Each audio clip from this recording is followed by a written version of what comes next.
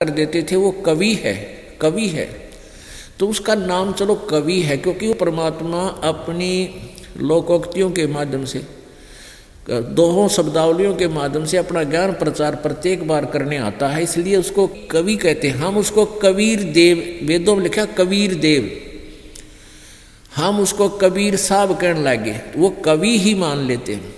तो वहाँ लिखा है परमेश्वर की वाणी में, गरीबदास जी ने कहा है कि रस्यब देव के आइयाँ कवि नाम में करतार है। उस कवि नाम तय आगे वैसे तो कबीर देव का अर्थ कवि साहब, अगर हम वैसे उस व्याकरण अनुसार करें तो कवि साहब, कवि साहब माने वो जो परमात्मा, उसका नाम ही कवि साहब है। कवि, हम उसको कबीर साहब कहने लगे, कबीर सिर्फ उसमें अंतर है, जैसे भाषाओं में अंतर होता है। तो इस प्रकार वो कबीर परमात्मा, तो ऋषभ देव जी के वही परम अक्षर ब्रह्म उस प्यारी आत्मा को समझाने के लिए कवि नाम से आए, कवि, और कहने लगे मैं वो परमात्मा हूं जो वेदों में वर्णित है, कवि। क्योंकि वो अज्ञानी ऋषि महर्षियों ने ऋषभ देव जी को भ्रमित करके, अनुवाद गलत करके उसको कवि सिद्ध कर रखा है। वैसे वो कबीर देव है, उसको कबीर देव ही बोलना चाहिए हमने, कबीर देव। जैसे यजु है, यजु कहने से क्या लाभ, यजुर्वेद साथ बोलना दुच्चा बात है। तो वो कबीर देव है, कबीर देव, कबीर साहब है। तो परमात्मा आए, ऋषभ देव जी को बहुत सुंदर ज्ञान सुनाया। ऋषभ देव जी बहुत प्रभावित हुए और इतना वैराग हो गया कि राज्य भी त्याग दिया, अपने पुत्रों को, सबको, भरत आदि को, सबको राज्य दे दिया। लेकिन उसी समय ये ब्राह्मण लोग ये गणे परमात्मा एक ही ऋषि रूप में आते हैं, मिलते हैं। तो बाद में ऋषभ देव जी को उन नकली काल प्रेरित गुरुओं ने, ब्राह्मणों ने भ्रमित कर दिया है कि वो झूठा है, कपटी है, वो गलत ज्ञान बताता है, ब्रह्म से ऊपर भगवान नहीं, ब्रह्म लोक तो ऊपर कोई स्थान नहीं। अब ऋषभ देव जी ने ओम नाम का जाप और साथ में हठ योग 1000 वर्ष तक किया, 1000 वर्ष तक तप किया। उसके बाद निराहार रहकर कुछ नहीं खाया 1000 वर्ष तक। इतने तगड़े शरीर होते थे पहले सतयुग में। तो जब उन्होंने प्रथम बार अपनी उपासना पूर्ण की और वो व्रत खोला, तो सबसे पहले धर्म देशना बोल रहे हैं दीक्षा को, अपने पौत्र भरत के पुत्र को, अपने बेटे के बेटे को यानी पोते को, मारीची नाम था उसका, सबसे पहले ऋषभ देव जी ने उस मारीची को नाम दिया। और ऋषभ देव जी केवल ओम मंत्र ही जाप करते थे और साथ में हठ योग भी करते थे, जो खिचड़ी ज्ञान ब्रह्मा जी के द्वारा काल प्रेरणा से जो ग्रहण किया हुआ है। इसके लिए थोड़ा सहयोग लेते हैं। ऋषभ देव जी ने अपने पौत्र यानी पोते मारीची को प्रथम मंत्र दिया। प्रथम यानी पहला चेला वो है मुंडिया, और वो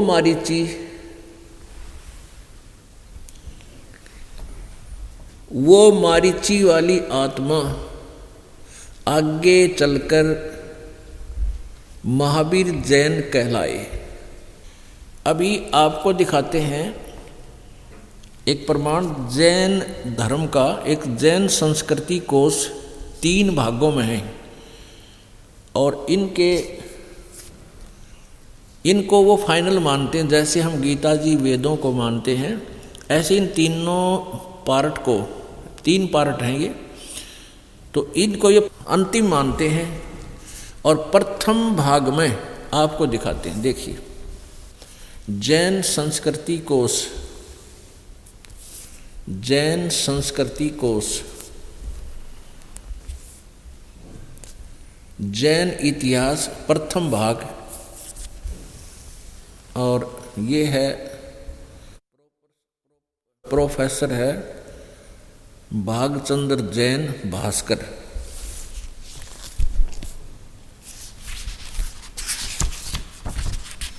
ये कहाँ से प्रकाशित है?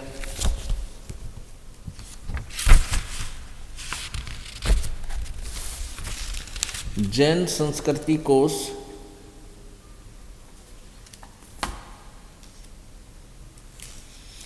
जैन इतिहास संस्कृति कला एवं पुरातत्व प्रथम खंड। लेखक हैं प्रोफेसर भागचंद्र जैन भास्कर। समंती प्राच्य शोध संस्थान नागपुर, कला एवं धर्म शोध संस्थान वाराणसी। और ये कहाँ से प्रकाशित है, कहाँ से छपा है?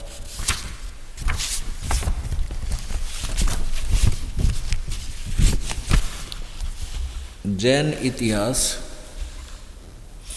जैन संस्कृति कोश, जैन इतिहास संस्कृति कला पुरातत्व प्रथम खंड। लेखक प्रोफेसर भागचंद्र जैन भास्कर। प्रकाशक हैं डॉक्टर प्रेम शंकर द्विवेदी, मानद निदेशक कला एवं धर्म शोध संस्थान B33A1 new Saket colony BHU Varanasi. Phone number इतना।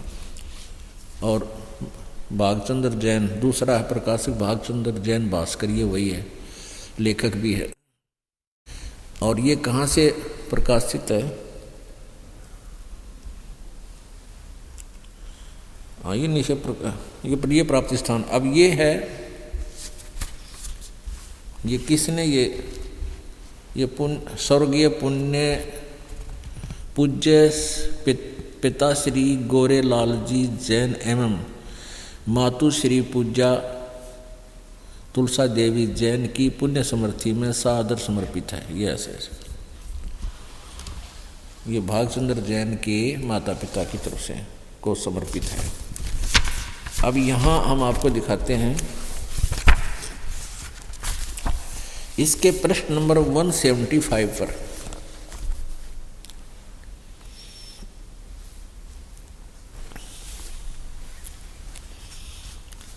ऋषभ देव के पौत्र मारीची, भरत के पुत्र, यानी भरत जो इसका पुत्र था, ऋषभ देव के पौत्र मारीची अर्थात भरत के पुत्र, मारीची भरत का पुत्र था जो ऋषभ देव का पुत्र था, को पुराण में वैदिक धर्म का प्रवर्तक माना गया है,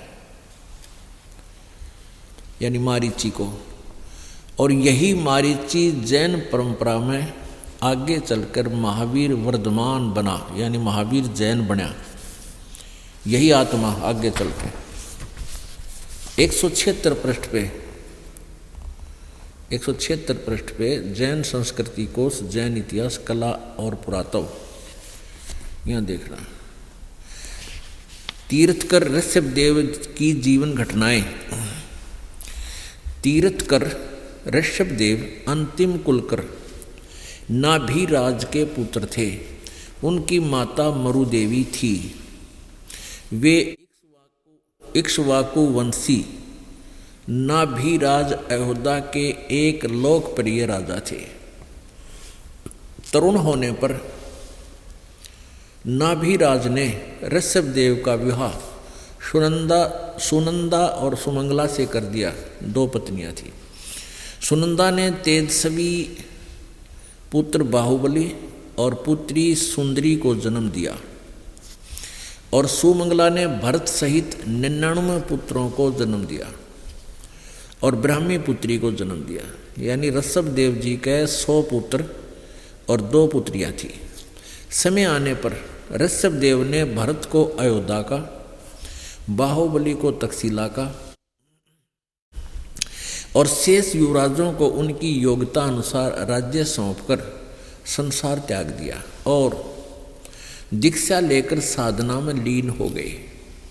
साधना काल में पाणिपात्री ऋषभ देव 1 वर्ष तक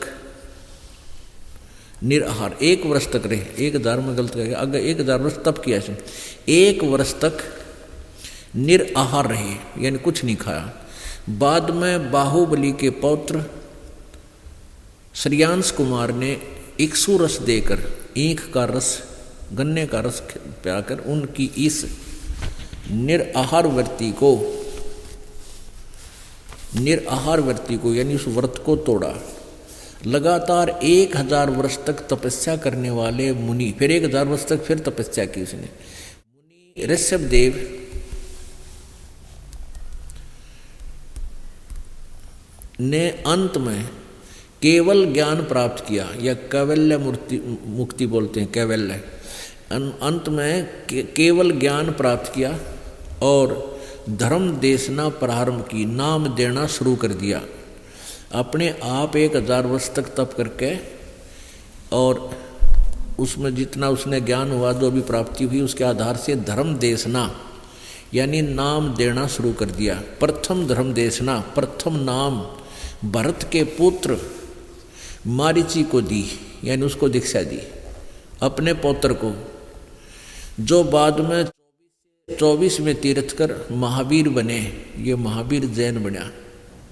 अब यहाँ से हमने इतना ही लेना है बस, आगे घड़ी की जरूरत पड़ी, इब देखना तोड़ पाटेगा।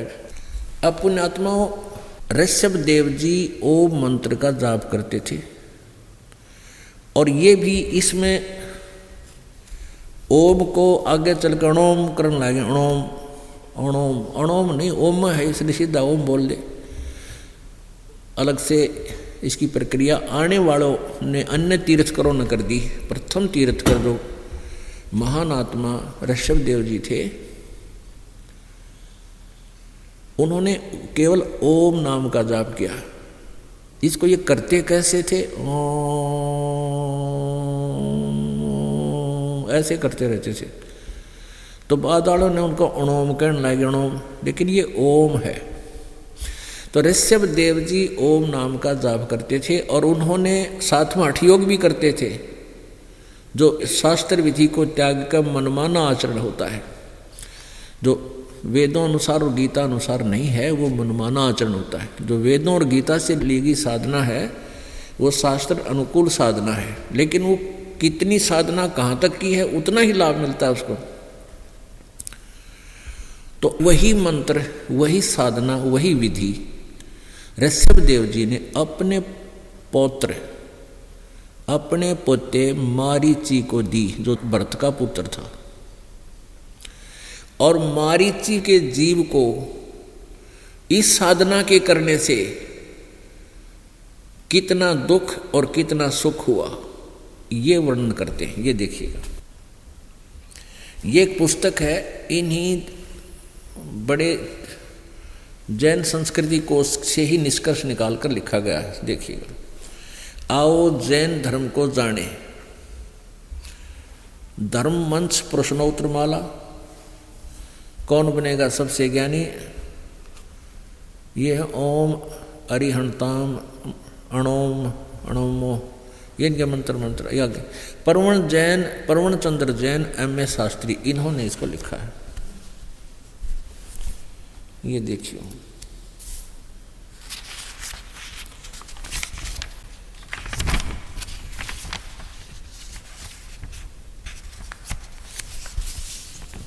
आओ जैन धर्म को जाने, लेखक हैं प्रवीण चंद्र जैन M.A. शास्त्री, जम्बूद्वीप हस्तिनापुर। प्रकाशक है श्रीमती सुनीता जैन, जम्बूद्वीप हस्तिनापुर, मेरठ, उत्तर प्रदेश।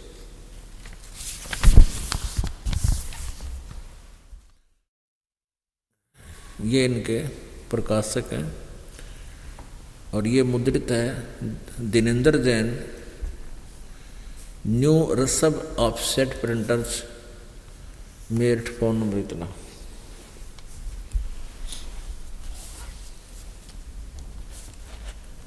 ऋषभ देव जी का कोई गुरु नहीं था, ऋषभ देव जी के कोई गुरु नहीं थे, वो अपने आप ही अपनी साधना किया करते थे।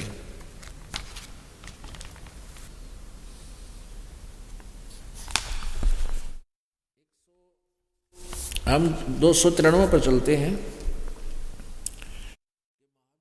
वो जो मारीची वाले जीव ने जो साधना ऋषभ देव जी से लेकर की थी, ओम नाम का जाप और अन्य साधना जो तप किया, उससे उसको क्या परिणाम मिला? 293 पृष्ठ पे आओ जैन धर्म को जाने, विशेष प्रकरण। श्री महावीर भगवान के अन्य कौन कौन से नाम हैं? अन्य 5 नाम हैं। एक वीर, अतिवीर, सन्मति, महावीर,